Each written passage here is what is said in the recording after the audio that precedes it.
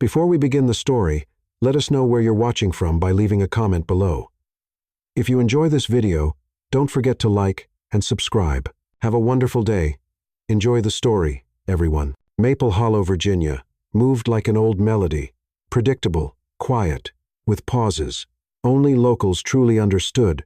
It was the kind of place where everyone knew your father's name, your mother's favorite pie, and the year you first performed at the town fair. For Lily, this familiarity was both a comfort and a constraint. At 19, Lily bore burdens beyond her years. While her peers tasted freedom, Lily faced unpaid bills, a silent piano, and the looming threat of losing their ancestral home, a colonial estate passed down through generations.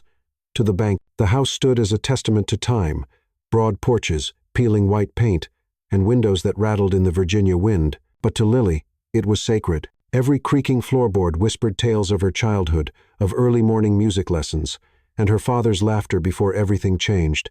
Her father, Thomas, once owned a quaint furniture workshop on Main Street. He crafted wooden chairs with hands weathered by time and meticulous care.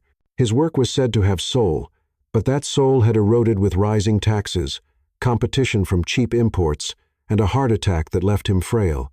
Now, he spent his days in silence, surrounded by dust-covered tools that seemed frozen in time. Lily's mother, Margaret, worked long shifts as a receptionist at Maple Hollow Medical Clinic.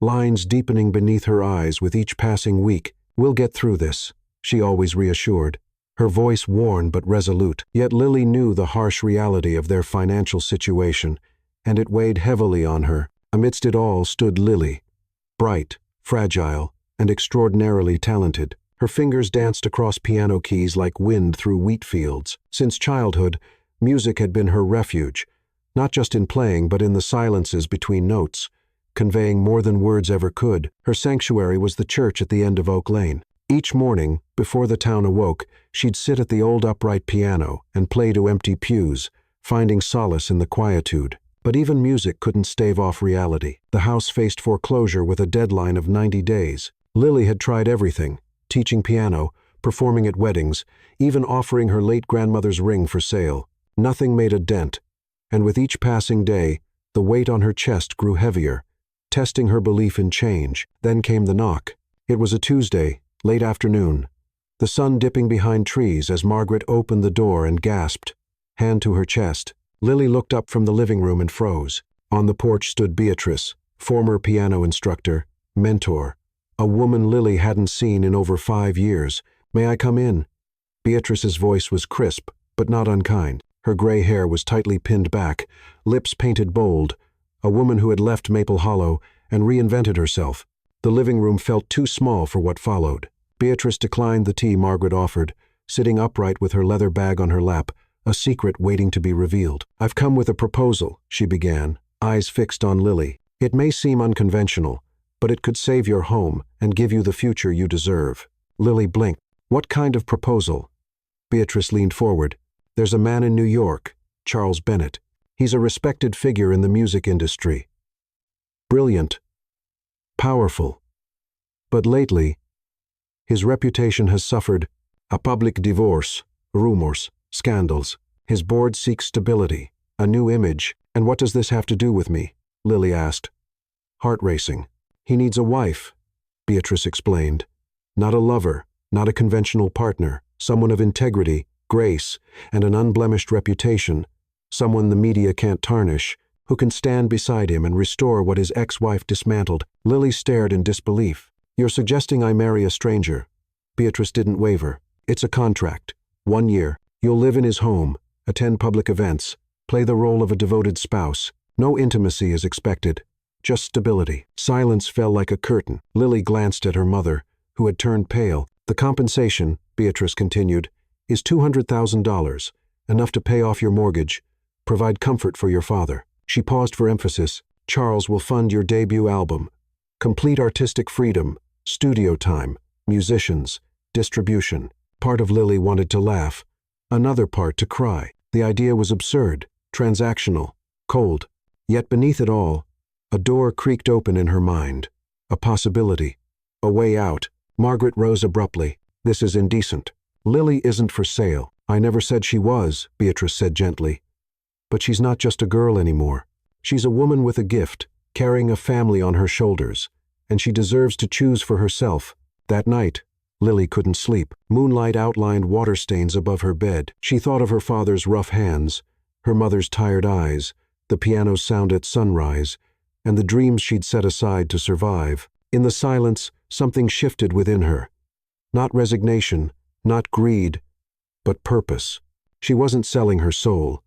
She was buying a chance for them, for herself. When morning came, she found her mother in the kitchen, tears falling into her coffee cup. Lily knelt beside her. I'll do it. Margaret shook her head.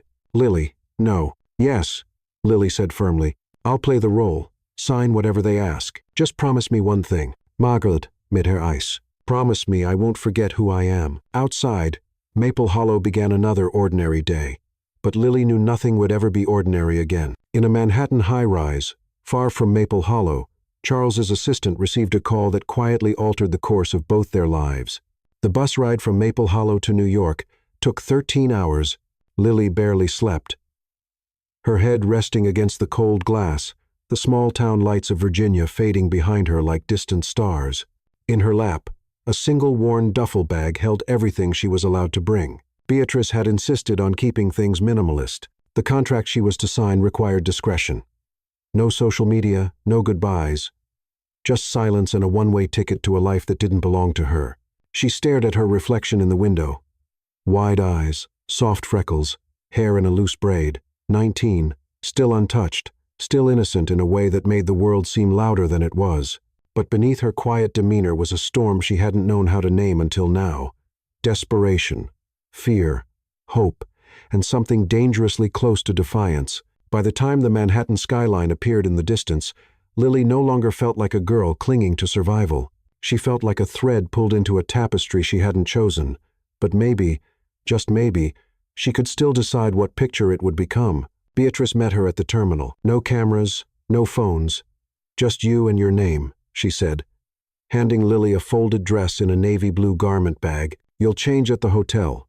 He's expecting you by 6. He, not Mr. Bennett, not Charles. Just he, like a character in a fable, a cold, invisible force that ruled her fate before she even stepped into his orbit. The Paragon Tower stood like a polished monolith against the Upper West Side sky. All glass and ambition, Lily had never seen anything so pristine, so painfully perfect. Marble floors, quiet elevators, bellmen who didn't speak unless spoken to. She felt like a shadow slipping into someone else's life. And then the door opened. Charles Bennett. He was taller than she expected. Mid-42nd, maybe. A few gray strands near his temples, though they only added to his sharpness. Every movement was precise, not rushed, not warm either, just studied, calculated. His charcoal suit fit like a second skin. His voice, when he finally spoke, was low and measured, like someone who had learned long ago that silence carried more power than volume. Miss Turner, he said, extending a hand. Thank you for coming. She took it, surprised by how cold his skin felt. Not cold like ice, cold like steel. I assume Beatrice explained the arrangement. Lily nodded. He gestured for her to sit. They were in his living room, though it looked more like a showroom. Expensive, elegant, impersonal. A grand piano stood untouched near the window, its cover closed, as if guarding memories no one dared awaken. You'll be given a private room. We'll make a few public appearances together. Galas, dinners, charity events. You're free to play music when you wish, as long as it fits the schedule and the contract. Lily asked, her voice softer than she intended. What are the terms? Charles pulled a folder from a drawer and placed it in front of her. Standard legal terms. No intimacy, no obligations beyond what's outlined. 1 year. At the end, you'll receive the full amount plus ownership of your album rights. You'll be free to walk away. He watched her closely, as if trying to detect doubt beneath her still expression. I won't ask you to pretend anything in private, he added. But in public, you'll be my wife. The words hung in the air, not like a promise, like a headline. Lily picked up the pen. Before signing, she asked quietly, Why me? A pause. Then Charles looked away, his eyes drawn to the piano behind her. Because you remind me of a time before everything became performance. Her breath caught. He turned back. And because you haven't been broken yet. She signed, The first days passed in silence. Lily was given a wardrobe curated by someone she'd never meet. Dinners were served by house staff she barely made eye contact with. Charles's presence was distant, his footsteps more frequent than his words. He never invaded her space, never crossed lines, but he watched, always with that same unreadable gaze, like he was searching for something only music could explain. Every morning, Lily sat at the breakfast table alone. Every evening, she walked the penthouse halls like a ghost in borrowed skin, until one night, unable to sleep, she wandered to the piano. The lid creaked softly as she opened it. Her fingers found their place. She played, not for anyone, not even for herself, just to remember what it felt like to breathe. What she didn't know, what she couldn't have known, was that behind the half-closed door of his study, Charles had paused mid-call, listening, not moving, barely breathing. The sound of her music slipped into the cracks of his fortress like light through broken glass, and for the first time in years, he felt something stir, something that had nothing to do with contracts, with appearances, with image, something dangerously close to longing. In the weeks that followed, Lily kept playing, and he kept listening. Still silent, still distant. But something had shifted. One morning, she found a steaming cup of tea on the piano bench, her favorite blend from her hometown store. No note, just the scent of honey and familiarity. The next night, her music books were missing from her room. She panicked, only to find them neatly arranged in the piano room beside a fresh bouquet of white camellias. Gesture by gesture, he was speaking without words. She began replying, cooking him a southern dish he hadn't tasted since college, leaving a post. It note with a melody suggestion, lingering a few moments longer near his study door when she played. Their conversation had no voice, but it had rhythm. And each note brought them closer to something neither of them dared name yet. The Paragon Tower didn't feel like a home. It felt like a decision, a vertical kingdom of glass and silence rising above the chaos of Manhattan, like it was too proud to listen. At the very top, tucked behind floor-to-ceiling windows and guarded by walls too smooth to carry pictures, lived the man Lily had agreed to marry, not by love, not by desire, but by necessity. And still, nothing about this place felt real until he walked in. Charles Bennett. His name alone was enough to silence entire rooms. A titan in the music industry. A man whose instincts shaped global hits, signed rising stars, and pulled the strings behind some of the most powerful contracts in the business. But none of that mattered to Lily when he stood in front of her that first time. What she noticed wasn't his reputation. It was the stillness. He entered like a shadow before a storm. Quiet, composed, with eyes that seemed to carry too many unfinished stories. His suit was charcoal, impeccable. His tie black silk. His shoes shined with discipline, but his expression it was unreadable. Not cold, not cruel, just guarded, as though he had built a fortress so high even he couldn't see out of it anymore. He didn't offer a handshake this time. Instead, he looked her over, politely but thoroughly, and gestured toward the living room. "Come," he said. "We should go over the expectations in person." Lily followed, hands clasped tightly in front of her. The room smelled like cedar and leather. There were no photographs, no clutter, just clean lines, expensive silence, and a grand piano sitting untouched in the corner, like a sculpture of something that once breathed. "I'm aware you already signed the preliminary contract," Charles began, his voice low and even. "But now that you're here, I'd like to confirm that you understand what this arrangement requires. In this house, there are 3 rules." She nodded silently. "1," he continued, "this is a partnership, not a performance. We show up together when required. You don't need to pretend anything beyond basic civility. 2," he added, walking past the piano without looking at it, "we respect each other's space. You'll have your own room. I won't intrude." She swallowed. "And 3, no press, no personal posts, no leaks. Everything stays between us." Lily nodded again. Her voice stuck somewhere between nerves and uncertainty. "Understood." Then something shifted. His gaze softened, just slightly. "You're younger than I expected," he said, almost like a confession. "But Beatrice speaks highly of you." She offered a small smile. "And you're colder than I expected." He blinked, just once. Then, to her surprise, he laughed. It was brief, a small, dry chuckle that barely touched his lips, but it was real. And in that moment, Lily saw it. The man behind the mask, not the executive, not the strategist, but someone tired, human. He sat across from her. You'll find this situation strange at first. So will I. But I believe in keeping things clean. No confusion, no misinterpretation. She tilted her head. Is that how you live your whole life? Yes, he replied. Or at least I try to. Silence settled again. Not uncomfortable, just cautious. Like two strangers learning to speak the same language without using words. The first evening passed quietly. Dinner was served by staff. They sat at opposite ends of a long table. Barely speaking, Lily picked at the roasted salmon and saffron risotto. Charles barely touched his food. When the plates were cleared, he stood. I'll be working in my study. You're free to explore the penthouse. There's a small library, a music room. Use them as you like. Thank you, she said. He paused. If you ever feel, he hesitated, choosing his words with surgical care, overwhelmed. I trust you'll speak to Beatrice or me directly. This isn't a prison. No, she thought. But it's not exactly a home either. Still, she nodded. Understood. Then he disappeared behind a door, and she was left alone with the quiet hum of the city outside and the echo of silverware still ringing in the air. Days passed like pages turning in a book she hadn't written. Lily moved through the penthouse with silent grace, touching nothing, changing nothing. Her room was modern and simple. White linens, clean surfaces. No trace of anyone who had ever lived there before. She found solace in the library, a room lined with books that smelled of age and solitude. There, she read poetry and practiced music theory, but she never touched the grand piano, not yet. Charles, for his part, kept to his routines. Early mornings in meetings, afternoons reviewing files, evenings in the study.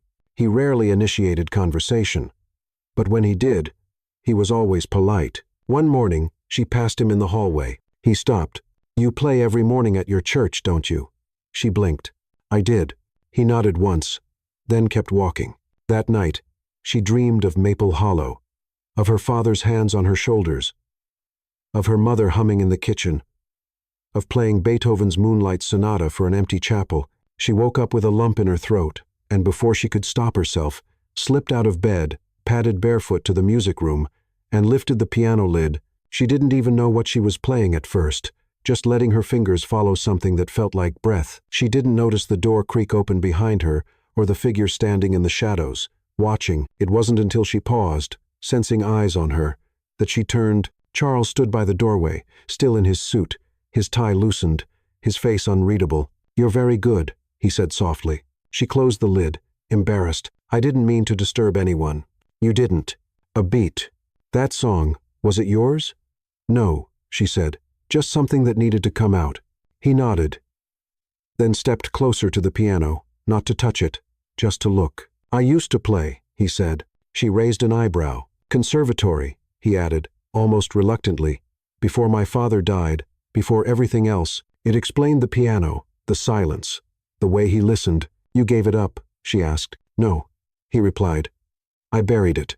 The air between them shifted, not romantic, not yet, but intimate. Pain, recognizing pain. Music, recognizing music. And Lily, sitting at that piano, began to wonder if perhaps this arrangement, this strange, fragile truce, was not about saving reputations. Maybe it was about remembering something both of them had forgotten how to feel. From the outside, their life looked seamless. Photos began to surface of Lily and Charles at charity events, gallery openings, black-tie dinners, always impeccably dressed. Always the perfect distance apart. Lily wore navy or cream, sometimes red, but never anything too loud. Charles, as always, was sleek, sharp, unshakable. The press labeled her the Southern Muse. They called him the Ice King. Together, they were a headline, a strategy, a story. But behind the penthouse walls, the silence between them stretched long and wide. They lived like guests in the same hotel, passing in hallways, sharing polite nods over breakfast. She never asked where he went. He never asked what she played. Even their meals were prepared and served in separate dining rooms unless they were expected to be seen together. He was respectful, generous even. Her wardrobe expanded weekly. Her piano was tuned to perfection. She had access to a small recording studio on the lower floor. But affection, emotion, connection absent. There was no cruelty, no arrogance, just emptiness. At first, Lily found comfort in the distance, It gave her space to grieve everything she'd left behind, the weight of her family's debt, the shame of agreeing to this marriage, the ache of abandoning her old life in Maple Hollow.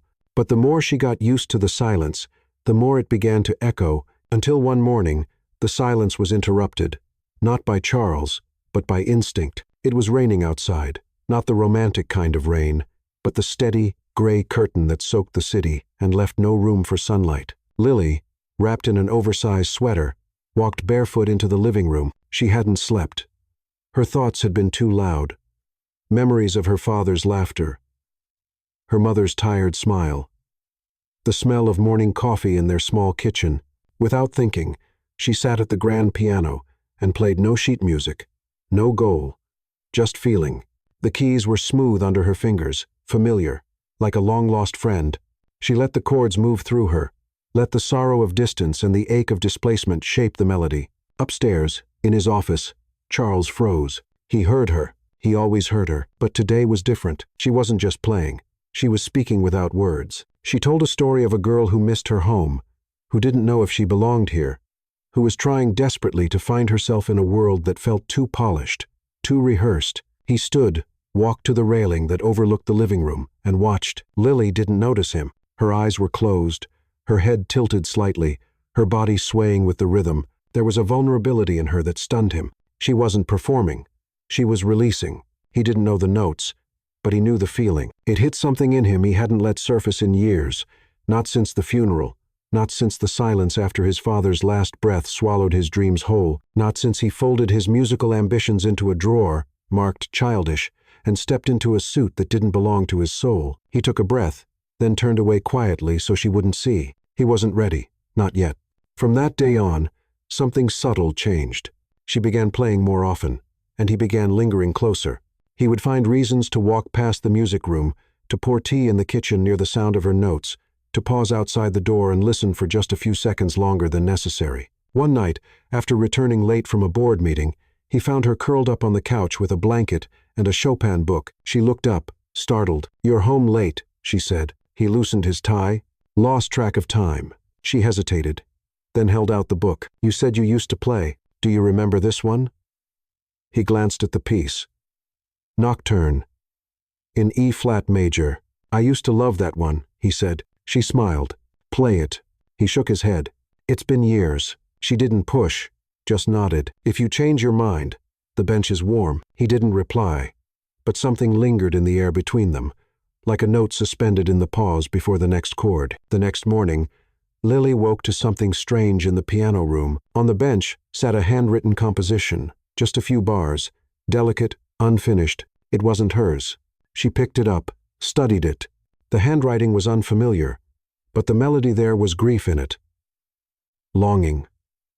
Hope that didn't know how to name itself. She played it softly, filling in the gaps, then left it on the bench again, adding 3 more lines. That night, the paper had moved, and another section had been added. A new ritual was born. He never said it was him. She never said it was her. But they both knew they were writing something together, not just music, something fragile, something healing. Then came the morning she found her favorite Southern biscuits on the table, fresh and still warm, no note, no explanation. She smiled. That night, she left a recording of one of his favorite classical pieces playing softly from the sound system in the library. He didn't comment, but he lingered. The boundaries between them were shifting, not with grand gestures, but with stolen glances and quiet offerings. One evening, as she played near the balcony, she caught his reflection in the glass, watching her from across the room. Their eyes met. He didn't look away. Neither did she. And though neither of them spoke, something passed between them that felt louder than words. Something unspoken, unresolved, unavoidable. The first real conversation they ever had didn't start with words. It started with a note, just one. A low, aching A held a second longer than it should have been, then a minor third, layered gently over a shifting chord. Lily wasn't thinking when she played it. Her fingers moved as if something in her had remembered a melody, not hers, but buried deep in someone else's soul.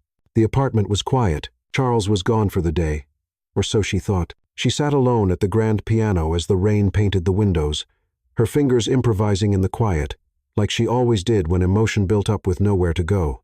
But this time, it was different. The melody came with weight, with shape, with a pulse. It was beautiful in the way forgotten things often are, fragile, uneven, full of ghosts. She didn't know how long she played, but when she stopped, she heard it. A breath. Not hers. She turned and saw him. Charles was standing in the doorway, still silent, still in his coat, his scarf damp, his shoes still wet, but something in his eyes wasn't weather. It was memory. Sharp. Unwelcome. Vulnerable. "That melody," he said quietly. "Where did you hear it?" She blinked. "I didn't. It came to me while I was playing." He stepped closer, slowly, as if the sound still lingered in the air between them. "I wrote something like that," he said, eyes focused not on her but on the keys. 15 years ago. I never finished it." Her breath caught. "Where?" He pointed to the piano. "There. This piano, in this room." His voice lowered. "I was still trying to be someone else back then, a composer, a dreamer, before my father died. Before I took over the company." She watched him sit beside her, not touching the keys, not even looking at her, just sitting. She felt the shift again, not in the room, in him. "I called it renewal," he said, "but I never got past the opening." She touched the same keys again, softly, let the notes return, and he slowly joined her, one hand, then the other. Their bodies barely touched, but the harmony did. It met between their hands, in the spaces where their eyes didn't dare meet. They built it together, note by note, pain by pain.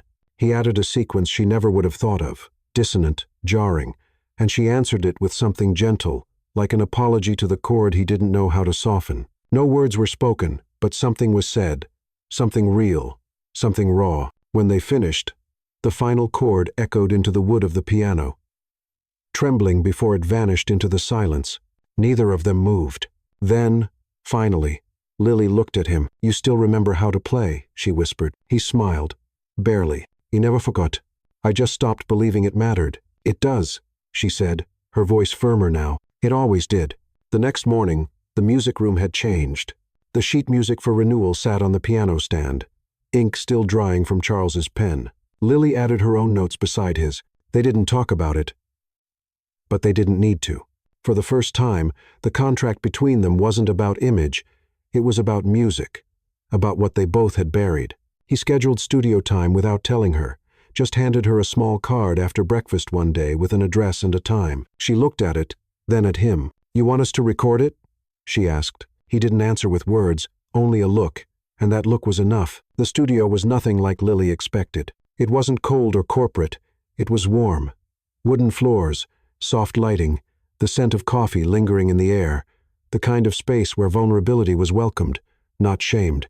Marco, the producer, greeted them like old friends and asked for nothing except truth. "What are you playing?" he asked. Charles looked at Lily. She answered, "Something unfinished." He smiled. "Aren't we all?" They played renewal 3 times. The first take was technical, flawless, but empty. The second was too emotional. Lily's hands trembled on the keys. But the third was silence before birth. It started slow, with Charles taking the lead, his touch on the keys no longer restrained but intentional, even tender. Lily entered halfway through, matching him, weaving into his melody as if she had been born from it. Their styles, his rigid, hers fluid, met in the middle, not in compromise, but in harmony. When the final note faded, no one spoke. Not the engineer, not Marco, not even Charles. Lily looked up and saw it. His eyes were wet, but no tear fell. He stood, walked out of the booth, and didn't come back for 10 minutes. She didn't follow. She didn't need to. She understood. That song wasn't just music. It was a doorway, a reckoning, a confession too deep for language. Later that evening, Marco approached her privately. "You know this track will go places, right?" he said. "Once it's out, people will ask questions." "We didn't make it for them," she replied. He grinned. "No, but that's exactly why they'll care." She didn't tell Charles that Renewal had been accidentally uploaded to a private stream and shared among a few industry contacts. She didn't tell him when the views passed 50,000, or when the comments exploded, or when people started calling them the soul duo nobody saw coming. What mattered wasn't the attention. It was the way Charles looked at her the next time they sat at the piano, like she wasn't a contract or an asset, but someone who had given him something he thought was lost. And though neither of them said it aloud, the silence between them had changed.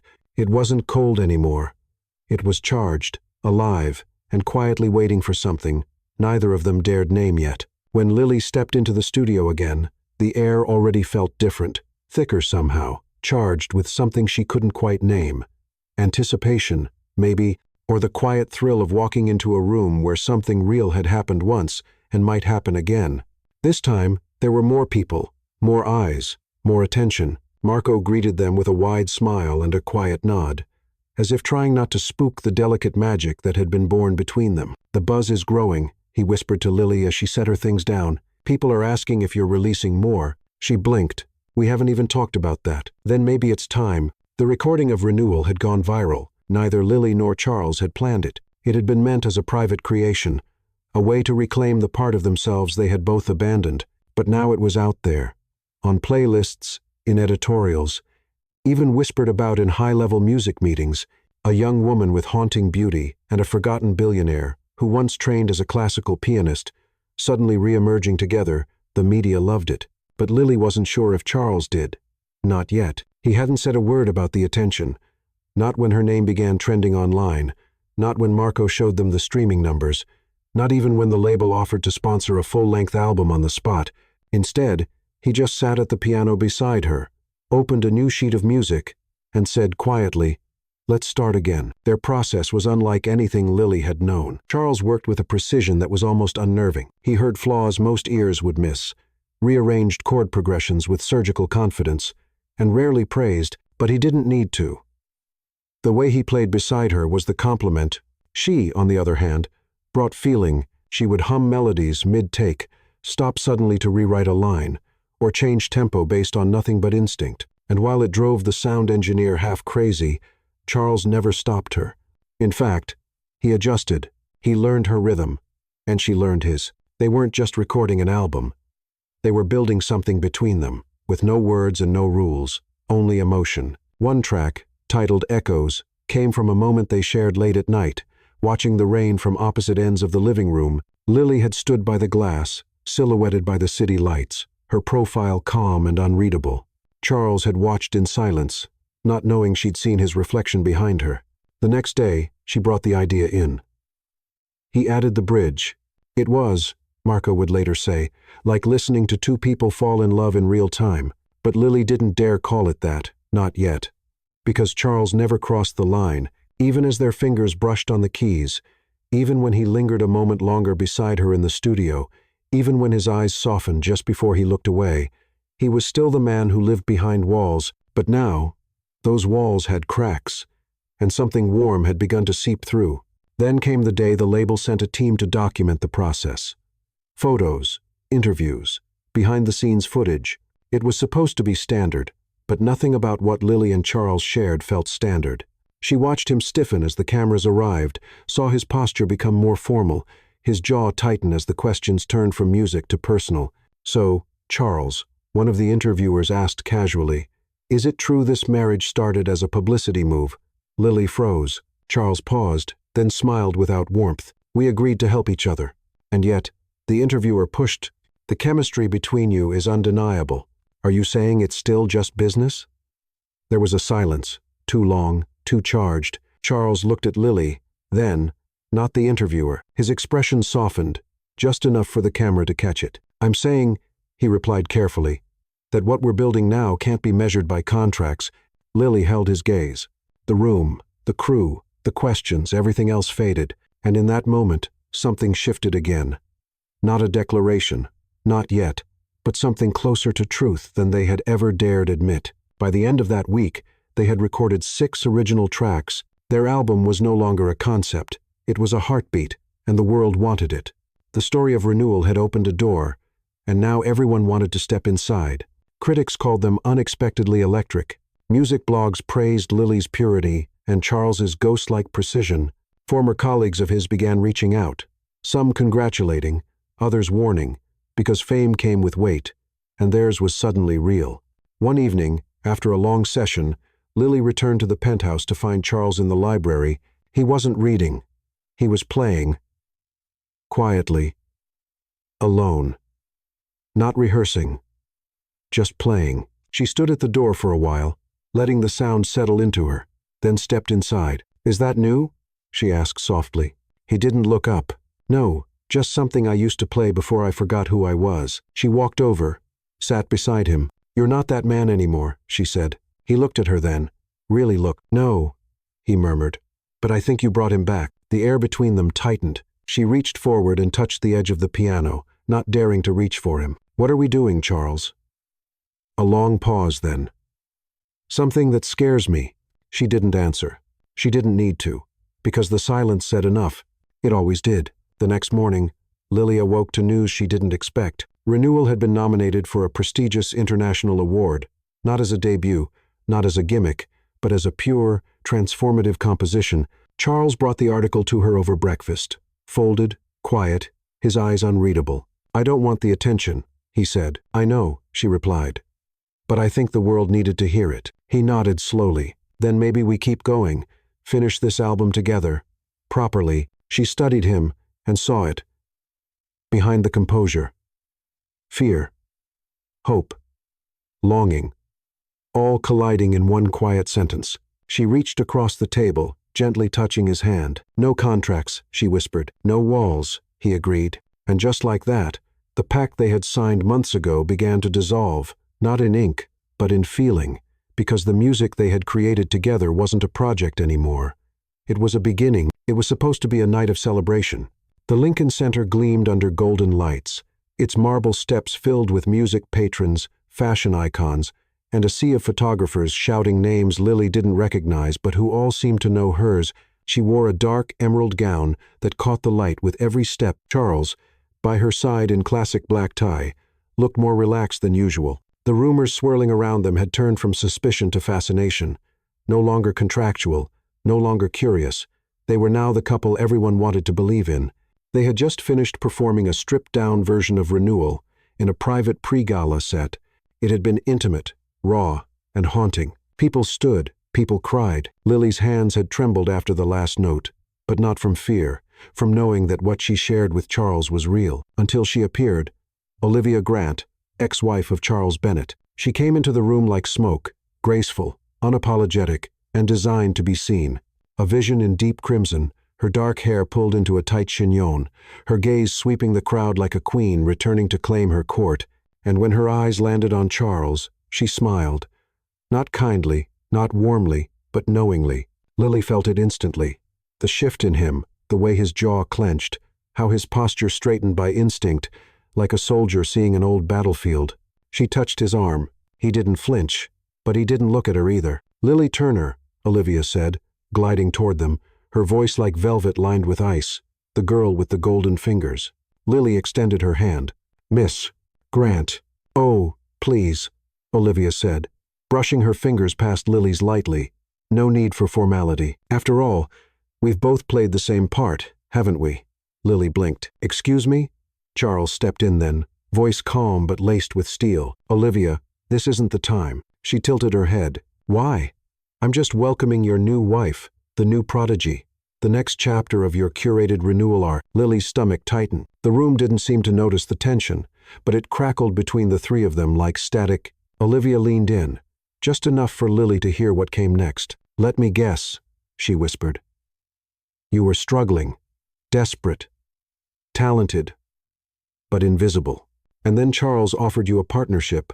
No expectations, just a contract and a spotlight. Lily didn't answer, because she didn't have to. Olivia smiled. It's his pattern. I was the first, but not the last. Charles stepped forward. Enough. But the damage had already been done. They left early. In the car, the silence between them was unbearable. Lily stared out the window, her reflection fractured by the blur of city lights. Her chest ached. Her fingers itched for keys, for something, anything to ground her. Don't let her get to you, Charles finally said. She turned to him. Did what she said have any truth? He exhaled, slow and heavy. Yes and no. Explain. He hesitated. I met Olivia during the lowest point in my life, he said. She was young, brilliant, in debt. I offered help, sponsorship, support. It wasn't supposed to become anything romantic, but it did. Lily looked at him, sharp and quiet. And the contract? He didn't answer immediately. Yes, he said. It started as a contract. Just like this. The air drained from her lungs. I didn't plan it that way with you, he added quickly. Not exactly. Beatrice came to me. She said you were different. And now? She cut him off, voice breaking. Am I still different? Or just another project? His voice softened. Lily, what we've built, what we're building, isn't like that. You know that. But do I? She asked. Because she stood there and described my life like a chapter from your past. He didn't speak, and his silence said too much. She turned away, swallowing the rising burn in her throat. I need space, she whispered. Lily, don't. But she was already gone. She didn't go back to Maple Hollow. She didn't go to a hotel either. She went to a small artist's loft Marco had once offered her for solo practice sessions. Quiet, minimal, hidden above a bookstore on the edge of Brooklyn. The moment she closed the door behind her, the tears came. It wasn't just Olivia's words. It was the ache of uncertainty. The question that had haunted her since day one. Was any of this real? The dinners, the piano, the album, the look in his eyes after their last performance, had he ever seen her, or just the reflection of a mistake he wanted to rewrite? She stayed there for 3 days, didn't call, didn't answer, didn't play, until the silence became too loud. She sat down at the upright piano against the far wall and let her fingers move. She didn't play Renewal. She played something new, something filled with confusion, with betrayal, with longing, and at the center of it all, love. Not the easy kind, not the fairy tale kind, but the kind that asks you to stay even after your trust has been shattered. On the 4th day, there was a knock, not at the front door, the side door, barely used, almost hidden. She opened it, and there he was. Charles Bennett. No suit, no armor, just jeans, a black sweater, and eyes so tired they looked hollow. I couldn't find you, he said, and I couldn't breathe. She didn't move. I didn't come here to defend myself, he added. I came here to tell the truth. She crossed her arms. Then say it. He stepped inside, slowly, carefully. I never stopped punishing myself for what I did with Olivia, he said. I gave her power, not love. I offered salvation when I should have offered honesty. He looked at her, something breaking open in his expression. But you, Lily, you were never a project. You were a mirror. You made me want to return to who I used to be, before I learned to lie to survive. She swallowed hard. And the contract? I tore it up the day we finished Renewal. He reached into his pocket and pulled out the remains of the original agreement. Creased. Ripped.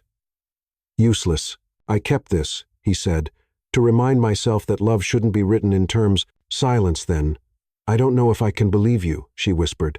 I know, he said, but I'll wait as long as it takes. She looked at the piano, at him, at the door. Her heart pulled in every direction at once, but in the end, it landed where it had always wanted to go. Right into the uncertainty of a man who had hurt her with silence and now stood before her, stripped of everything but truth. And for the first time, she didn't walk away. Not yet. The distance between them was no longer physical. It was in the way Lily didn't look him in the eyes when they spoke, in the way Charles hesitated before knocking on her door, in the way every note she played now felt like a question, and every silence an answer he didn't want to hear. They were back under the same roof, but nothing felt like home anymore. After Charles's visit to the artist's loft, Lily had agreed to return to the penthouse, not because she had forgiven him, and not because she was ready to fall back into whatever rhythm they'd begun to build, but because she needed clarity. And distance, ironically, wasn't giving her that. She needed to see him, to hear the truth, not once, but 100 times. To watch his actions, not just his words. But Charles, for all his courage in finding her, seemed to have lost his voice again. He gave her space, too much of it. He walked softly, spoke little, disappeared into meetings that took longer than they used to, and when he returned, he barely entered the music room anymore. It was as if he feared contaminating it, like their piano had become sacred and he unworthy. And Lily, she tried to believe that what they had built was real, but Olivia's words echoed louder than Charles's promises. She found herself replaying everything in her head, every gesture, every glance, every time he'd touched her hand at the piano or lingered in the kitchen. Was it all orchestrated? Could someone like him really fall for someone like her, or had she simply been a composition he wanted to finish to feel better about the ones he'd left incomplete? The album's launch date was approaching. The label called daily. Marco left messages filled with enthusiasm, asking for final approvals, concert plans, promotional campaigns. He sensed something was wrong, but he didn't press. He just said, "Whatever you need, I'm here." Lily stared at the final mix of harmony, the track that blended all their music into one seamless piece. It was beautiful, but when she listened closely, she heard it. The tension beneath the harmony, the dissonance that never fully resolved, just like them. Then came the breaking point. A magazine published a retrospective feature titled Bennett's Muses, The Women Behind the Myth. It detailed Charles's past, his reputation for taking in vulnerable artists, sponsoring their dreams, then vanishing once their careers were launched. There were photos, quotes from unnamed sources, even a leaked copy of the original contract between him and Lily. Her name was everywhere, and now, so was her pain. She confronted him in the living room, the article trembling in her hands. "You said this wasn't a pattern," she snapped. "But to the world, that's exactly what it looks like." Charles didn't deny it, didn't try to explain, didn't even reach for her. "I didn't leak the contract," he said quietly. "That's not the point," she whispered, her voice breaking. "The point is, you knew this would come back to haunt us, and you didn't prepare me. You just let it happen." He ran a hand through his hair, pacing. "I thought I could protect you by staying silent, by staying back." "Silence isn't protection, Charles," she said. "It's abandonment." The word hit him like a slap, and in the pause that followed, everything between them, every fragile thread they'd woven, began to fray. "I can't do this anymore," Lily said, blinking back tears. "I can't keep wondering if I'm your future or just your renewal story." Charles took a breath, but no words came. And that was all the answer she needed. She left the next morning. No press, no drama, just a single suitcase and her music. She went north, to Vermont, where the world moved slower and the noise of the city couldn't follow. Charles owned a quiet farmhouse there, one he had offered once as a retreat, a sanctuary. Now, Lily took the key without asking, and she went there to breathe. The cottage sat on a hill, surrounded by pines and silence. The only sounds were birds, wind, and the occasional soft echo of her piano when she played in the evenings. She played a lot, not the songs they had written together, but new ones. Messy, sad, angry, honest, and in those melodies, she began to find herself again. Not Charles's muse, not Maple Hollow's girl, just Lily. Back in New York, Charles stayed behind. At first, he buried himself in work, meetings, contracts, award nominations. His calendar was full, but his mind wasn't present. Every moment without her felt heavier than the last. The penthouse was cold again, the piano untouched, and his chest hollow. He tried writing, he tried composing, but nothing came out, until one night, a familiar melody echoed in his head. The beginning of renewal, but this time, it sounded unfinished again, because the woman who completed it was gone. Weeks passed. The album launched to global acclaim. It topped charts. Critics praised its raw intimacy and emotional authenticity. Lily's voice, though mostly instrumental, was called the sound of a woman reclaiming herself. But Lily didn't attend the launch. Charles didn't speak to the press. They were the center of a storm, yet nowhere to be found. And the world, sensing something had broken behind the beauty, began to whisper again. Were they over? Had it all been a performance after all? In Vermont, Lily played alone on a weathered upright piano in the sunlit room overlooking the trees. She didn't cry anymore, but she didn't smile much either. Her music spoke where she couldn't, and every night, as the last note lingered in the still air, she wondered, would he ever come? Would he even try? Or was that final silence between them the end? The farmhouse in Vermont wasn't big. It creaked when the wind hit the windows, smelled of old wood and lavender oil, and had a kitchen that seemed to invite slow mornings and quiet thoughts. For Lily, it felt like breathing for the first time after holding it in too long. There were no paparazzi here, no press releases, no reminders of who she had been asked to become. Only silence, and for the first time in weeks, she wasn't afraid of it. She'd been in the house for 21 days, waking at sunrise, playing at sunset, writing music that didn't have to prove anything to anyone. She sat at the upright piano in the sunroom and let her fingers say what her voice refused to. The trees outside would sway gently as she played, and sometimes she imagined that the wind was listening, not judging, just listening. Sometimes that was enough, but sometimes it wasn't. Then one morning, There was a sound she hadn't heard since she arrived. Tires on gravel. A door closing. Footsteps not urgent. Not hesitant. Just steady. Her heart stopped. She looked through the kitchen window. Charles. She stood frozen, her hands damp, a tea towel clutched between her fingers. He was wearing a navy coat, the same one she'd last seen him in, but his face was different, more tired, more open. He knocked once, then waited. She didn't move, so he called gently through the door. "Lily." "I didn't come for closure." She opened it, not because she was ready, but because something in his voice didn't sound like a man trying to fix the past. It sounded like a man finally brave enough to tell the truth. He stepped inside but didn't move closer. "I didn't call because I knew you needed space," he said, his eyes searching hers. "But I've been writing for you, not for the world, not for renewal. For you." She said nothing, but she didn't look away. "I couldn't finish it," he continued, "not until I came here." Then he reached into the pocket of his coat and pulled out a folded piece of sheet music. He placed it on the piano bench, turned, and walked to the door. "I'll leave now," he said, "but if you ever want to hear what it sounds like." He glanced at her, and for the first time in weeks, she saw it again. That softness, that fear, that hope. "Play it," he finished, and then he left. Lily stared at the page for a long time before sitting down. The title was simple, just her name, Lily. The first few bars were familiar. Notes from her laughter, her favorite warm-up, the melody she often played without realizing it. Then came a motif that mirrored the piece they'd written together, but twisted slightly. Like he was reshaping it from the ashes. It wasn't grand. It wasn't perfect. It was personal. She began to play, slowly, tentatively. Her hands trembled halfway through, not because of the notes, but because of what they meant. Each section was a memory. The way she laughed in the kitchen that night he burned the toast. The moment she cried silently while watching a sunset from the penthouse balcony. The time she fell asleep at the piano and woke up to find a blanket over her shoulders. He'd noticed everything, even when he hadn't spoken. He had been listening.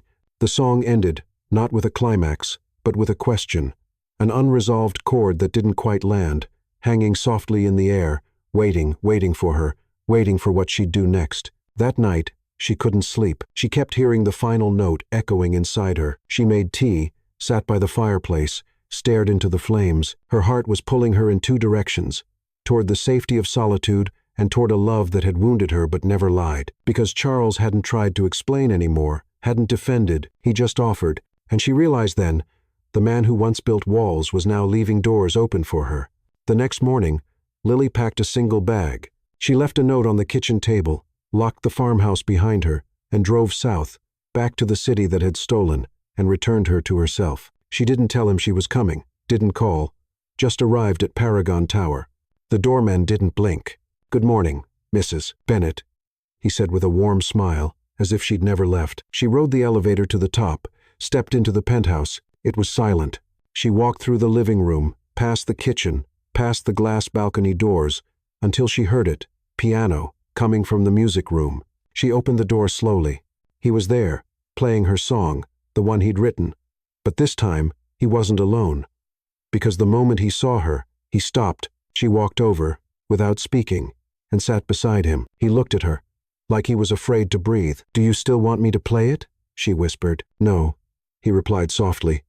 "I want to play it with you." And so they did, together, one note at a time, not to fix what had broken, but to begin again, without fear, without contracts, just music and whatever came after. The penthouse was no longer a stage. There were no rehearsed conversations, no perfectly measured distance at dinner, no invisible contracts between the lines of every look. Now, there was only a man and a woman, raw, cautious, rediscovering each other with every small act of vulnerability. It wasn't loud. It was gentle, like the first breeze after a storm.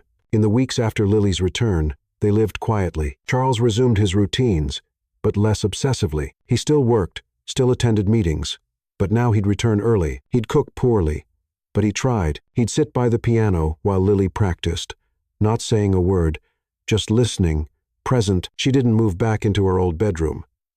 She didn't need to. He hadn't asked. She hadn't explained. Some things didn't require confirmation anymore. They weren't lovers in the traditional sense, but they weren't strangers either. What existed between them now was trust. delicate, rebuilt, and still slightly trembling at the edges, but real. And that, in its own way, felt more intimate than anything physical. The album continued to climb charts across the globe. Streaming numbers soared. The title track, Harmony, was featured in films, commercials, wedding videos, and international playlists. It became the sound of something new, of rediscovery, of soft rebellion, of falling not into fantasy, but into truth. The label reached out with an offer neither of them expected. A global concert, Carnegie Hall, one night only, broadcast live. They wanted Charles and Lily together on stage. Live, unscripted, raw. It wasn't about promotion anymore. It was about performance. Not for business, but for the world. And for the first time since the beginning, the decision was entirely theirs. They sat in the music room that night, side by side. The invitation lay between them on the bench. Lily stared at the logo, her fingers hovering above the keys, not playing, just thinking. "It's everything we said we didn't want," she whispered. He nodded slowly. "But it's also everything we created." A pause. "And people think it's love," she added. "Even if we never said it." Charles didn't look at her, but his voice was quiet, steady. "It is." The room stilled. She turned to him. His gaze met hers. And for once, there was no guarded expression. No mask. No calculation. "I love you, Lily," he said. "Not because of the music, not because of what you've given back to me, but because when I was lost in a life I didn't choose, you didn't just find me. You saw me." Her breath caught. He continued, "I don't care if it's public. I don't care if it's private. I care that you know, that you believe it." Tears burned in her eyes, but they didn't fall, because the pain had passed. What remained was choice, and she was ready to make one. They accepted the invitation, but with conditions. No promotional photo shoots, no media interviews, no carefully curated backstory, just music, just them. The night of the concert arrived like a breath held too long. Carnegie Hall shimmered in gold, every seat filled, cameras positioned quietly in corners. The audience buzzed with expectation, some wanting answers, others simply waiting to hear the soundtrack of something that had felt impossibly human in a world obsessed with perfection. Backstage, Lily adjusted her dress, a simple navy gown. No sequins, no theatrics, just elegance. Charles wore black. They didn't speak much before walking out. They didn't need to. When the lights dimmed and the first notes of renewal rang through the hall, everything else faded. Their fingers moved in sync, not rehearsed, not memorized, but known. Every note was a conversation. Every silence a memory. The audience didn't breathe. By the time they reached Lily, the piece Charles had written in solitude, and she had completed with presence, the room felt less like a concert and more like a confession. And when the final note echoed through the hall, soft, unfinished, hanging in the air like a held breath, Charles turned to her and stood. He didn't wait for applause. He didn't check with the cameras. He just reached for the microphone. The hall fell silent. "I used to believe love was a transaction," he said, "a formality, a deal." He looked at Lily. "Until she sat at a piano in my home and played something I didn't know I'd written. Until she looked at me without expectation and loved me anyway." Lily stood beside him. "I never planned to fall in love," she said softly, clearly. "I only planned to survive." She paused. "But then I met someone who didn't rescue me. He listened, and when I couldn't speak, he still stayed." Charles turned to the audience. "I didn't invite you here for a performance," he said. "We came to tell you this. What starts as a facade doesn't have to stay one. Sometimes, pretending leads you to something real." He looked at Lily again. The world watched, and then he knelt. Not as a show, not as strategy, just as a man ready to stop hiding. He opened a box. Inside, a simple ring. No diamond, just a small silver band engraved with a single note. The first note of renewal. "Will you marry me again?" he asked. Not for image, not for survival, just for love. Lily laughed softly, then whispered, "Only if we keep composing," and slipped the ring onto her own finger. The applause didn't erupt. It bloomed, quiet at first, then louder, then unstoppable. But Charles didn't hear it, not really, because the only sound that mattered was the yes and the future it carried. For a heartbeat, time forgot to move. Charles was still on one knee, Lily still standing, and Carnegie Hall breathless. The silver ring on her finger shimmered softly beneath the stage lights, But it wasn't the jewelry that held the crowd captive. It was the look between them. Two people who had stepped into a lie and emerged holding something truer than any vow ever spoken. Then, finally, she nodded. Not just to him, but to everything that had brought them here. The silence shattered into thunderous applause. But Lily didn't turn to face the crowd. Her eyes stayed on Charles, whose shoulders sagged just slightly, like a man who had been holding his breath for far too long. She took his hand, helped him stand, and in front of thousands, without rehearsal, without any script or stage direction, she pulled him close and kissed him. It wasn't showy, it wasn't theatrical, it was soft, long, real. And the audience rose to their feet, like they weren't clapping for a performance, but for something they wished they too could find. A second chance that chose them back. The days that followed were chaos. International headlines lit up with photos of the Bennett proposal. Clips of the concert flooded social media. The kiss was replayed on television. Even late-night hosts mentioned them, not mockingly, but almost reverently. Who knew a classical piano performance would give us the love story of the year? One commentator joked. Finally, a billionaire romance that doesn't feel fake. But behind the frenzy, Lily and Charles did something unexpected. They disappeared. No interviews, no exclusive magazine deals, no brand endorsements, just silence. And in that silence, they chose each other again, in private. 1 week later, they stood in front of a small white chapel in Maple Hollow, Virginia. No cameras, just a handful of people. Margaret and Thomas stood near the front, holding each other's hands with quiet pride. Beatrice, in a pale lavender dress, dabbed her eyes every few seconds. Marco played the organ gently, his fingers far less showy than usual. There were no diamond tiaras, no flower walls, just a piano covered in scratches from a decade of church recitals, and Lily, barefoot, wearing her mother's wedding dress, which had been tucked away in a cedar chest for 27 years. It fit her like a memory. Charles waited at the altar.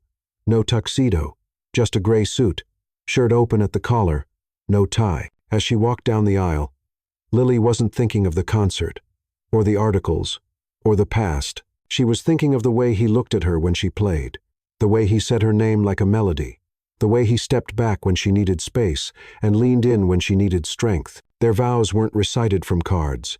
They were whispered, so low that only the walls of the church and the beating of their hearts truly heard them. "I loved you," she said, "before I believed I deserved it." "I loved you," he replied, "before I even knew what love really was." And when the pastor said, "You may now kiss the bride," they laughed, because they had already kissed in front of thousands. But this time, it wasn't for the world. It was for them. Later that evening, they returned to the farmhouse in Vermont, not as escapees, but as something new. Husband and wife, no contracts, no timelines, no deadlines, just a shared rhythm crafted not from perfection, but from persistence. They ate dinner on the porch. Soup and biscuits, candlelight, stars overhead. The air smelled of pine and early autumn, and just before the sun disappeared, Lily rose. She walked to the old upright piano inside the sunroom, where the window framed the last light of the day. Charles followed. He didn't ask. He didn't sit. He just stood behind her, watching as she placed her fingers on the keys. Then she played a melody they hadn't written, a new one. It began soft, with a pulse like a heartbeat, then grew gently, not dramatic, just true. When he joined her, it was without sheet music, without plan. But they found each other in the sound. The piece had no title, not yet, but maybe that was the point. Some things don't need names to be real. Some love stories begin as facades and end in symphonies. And as the final note rang into the warm quiet of their home, Charles leaned in, whispered just above her ear, "Let's never stop composing." It wasn't the beginning they imagined. No penthouse views, no red carpets, no stage lights, just 2 mugs of coffee, a front porch, the hum of morning birdsong, and the soft tapping of piano keys drifting from inside their farmhouse. It was quiet, but it was real, and after everything they'd survived, quiet was a miracle. Lily and Charles settled into their new life in Vermont, like 2 people learning how to breathe again, together. They didn't rush. There was no pressure to turn their story into a brand, no urgency to prove that their love had lasted past the applause. They simply lived, and in that gentle rhythm of living, they began creating something even greater than music. They began creating legacy. The first seed was planted on a chilly morning in November. Literally, Lily stood in the small barn out back, running her hands over dusty old benches left by previous owners. She turned to Charles, who had come in holding 2 cups of tea and an idea too big to say out loud all at once. "What if we turn this into a music school?" he asked. She blinked. "Here? Why not?" He shrugged. "We don't need a label, or charts, or tour dates. We just need a piano and students." She stared at the space again. All that old wood, all that potential. And she smiled. 6 months later, the Bennett School of Music and Healing opened its doors. They didn't advertise it. They just opened, and word spread quietly but quickly. Students came from everywhere. A girl from rural Maine who'd never touched a real piano, a young man from Atlanta who played by ear because no one had ever taught him to read music, a widow who hadn't sung since her husband's funeral 10 years ago, a 1-2-year-old with autism who communicated best through cello vibrations. They didn't just come to learn, they came to feel, to reclaim something they'd lost, just like Lily once had, just like Charles still did every single time he touched the keys. And it wasn't just music they gave away, it was freedom. No tuition, no audition tapes, no prerequisites, only one question on the application: what does music mean to you? The answers, more honest than any curriculum could have planned. "It's the only time I don't feel broken. It's how I talk to my mom who passed. It's the part of me I didn't know I was allowed to love." Charles read every application himself. He never looked at their resumes, only their answers. Lily, meanwhile, spent her mornings teaching children how to trust their own sound. She'd sit on the wooden floor with toddlers who banged on drums and with shy teens who blushed when they missed a note. Her gift wasn't just talent, it was presence. And every now and then, when the sun hit the window just right and she caught her own reflection mid-chord, she'd smile, because she didn't look like the girl from Maple Hollow anymore. She looked like the woman she fought to become. They still played together, but never for crowds. Only in the evenings, when the fire crackled in the hearth and the world softened around them. They'd improvise duets. Sometimes jazz, sometimes classical, sometimes something in between. Charles often claimed he was rusty. Lily always rolled her eyes. "You're just afraid I'll outplay you," she'd say. He'd grin. "You always did." And then he'd start playing anyway, because love, as they'd learned, wasn't about being perfect. It was about choosing to stay in the room, even when the melody changed. One spring evening, a familiar face knocked at their door. Beatrice, still elegant, still sharp, but softer now.